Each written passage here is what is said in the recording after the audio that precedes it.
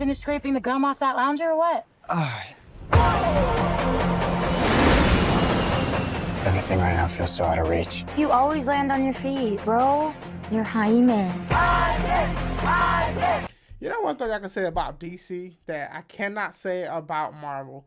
I feel like DC, when they do diversity, when they try to do something that's like, oh, we're going to do underrepresented communities, they do it in a way I personally feel that doesn't make it about like a minority thing. I think they just make good characters and they just want you to enjoy the movie regardless what the character is.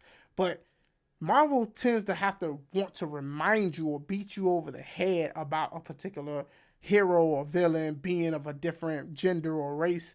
And me personally, I always felt more connected to the DCEU or the DCU, depending on how they're calling it right now, than I did with Marvel. Just simply for that. I thought Marvel did very good early on, like the whole Thanos saga and backwards.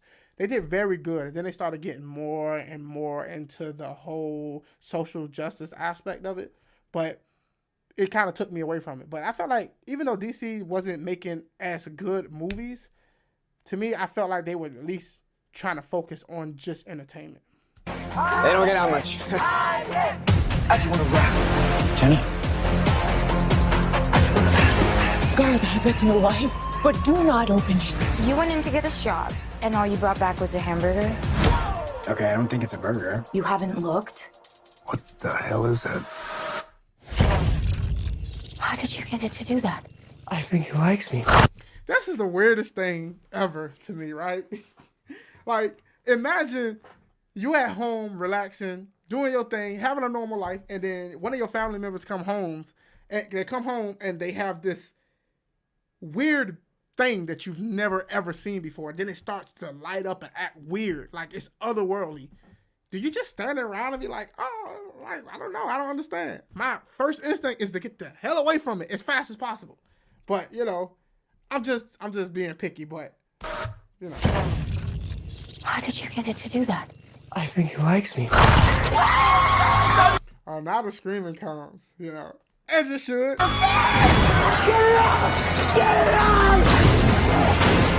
Oh, now if that didn't break his back or his neck, I don't know what would have or something. He should be messed up after that. Tracy says, my living room is decorated in DC comic decor.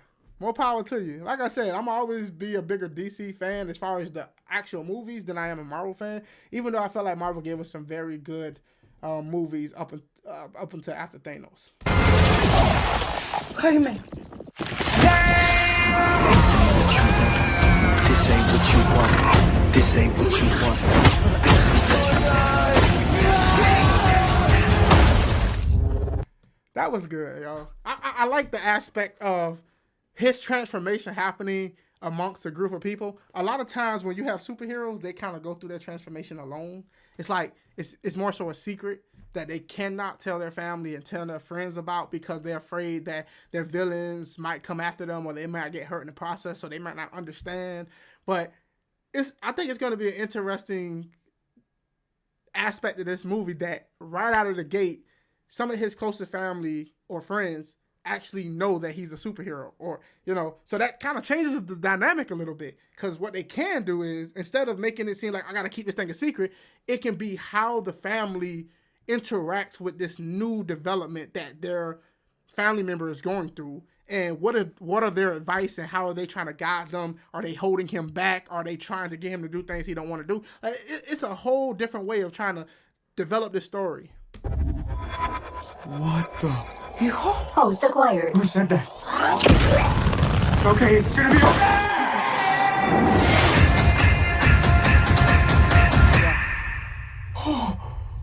Now, I'm getting strong Iron Man vibes here, right? But it's not necessarily strong Iron Man vibe because the kid is not claiming to be a super intelligent person or anything of that sort.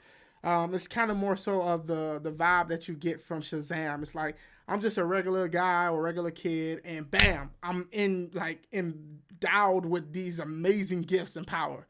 What do I do with it, right? Why me? But the Iron Man vibe I get of him being able to fly or whatever. Space. Re-entry systems ready. Wait, no! This ain't what you want. This ain't what you want. This ain't what you want.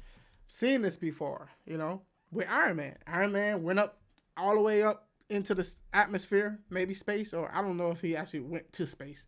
There's the whole little, you know, you got to reach a certain point outside of the Earth's atmosphere to consider to be space, but they fell.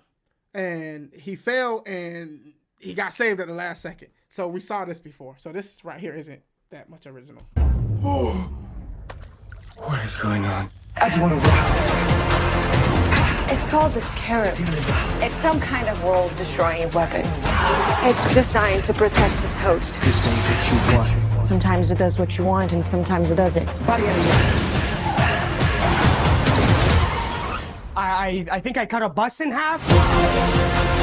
The Scarab chose you. I feel like as if this is going to be your typical superhero movie, but I personally think DC is going to do it in a way that it doesn't turn anybody off, right? You're there to have fun.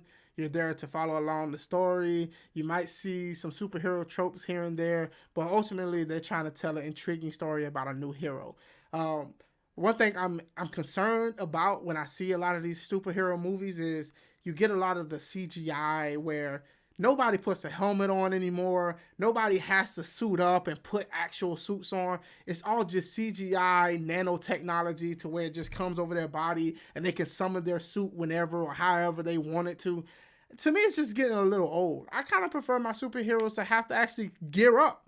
Get caught without your helmet or get caught without your weapons or something and have to figure something out. Just like Iron Man had to do when he had the watch that he used to fight against Super Soldier because he didn't have his full suit on at the time. It opens up the story to a much more engaging plot, and it also causes the hero to think outside of the box and come up with unique ways to stand out from the other heroes. And I just feel like superheroes are kind of missing that whole aspect of it. But like I said, I could be nitpicking. But it belongs to me. The love you feel for your family makes you weak. I just wanna rock. You won't kill my vibe. Stand on my money, don't know my side. The universe has sent you a gift, and you have to figure out what you're gonna do with it. That's my mind. 1, 2, 3, 4, throw up the 5. Whatever you can imagine, I can create. Okay. I have a problem with that power source. Like, I have a real big problem with that power set. The reason I have a problem with that power set is because when she says, whatever you can imagine, I can create. Well, what are the limitations on your abilities? What exactly can't you do? You know, I don't want a superhero who can do anything he can imagine. I want a hero who's really in danger because maybe he doesn't have what it takes. Maybe he doesn't have all the tools at his disposal. Maybe he has to get a little creative. Maybe it's not about the powers itself. Maybe it's about using what you already had before you got the powers to solve an issue. And the powers are just something that you can use as a tool to enhance that. Like, I just didn't like that part. Whatever you can imagine, I can create. Because, damn, I can imagine a whole lot of things. I can imagine a tank. I can imagine a helicopter. I can imagine so many different things. And it just seems like, okay, well, Ex Machina. We know that he's going to be able to come up with whatever he needs in order to solve whatever problems in front of him. And it's kind of like cheap magic. Let's party. Nice choice. I just wanna rock.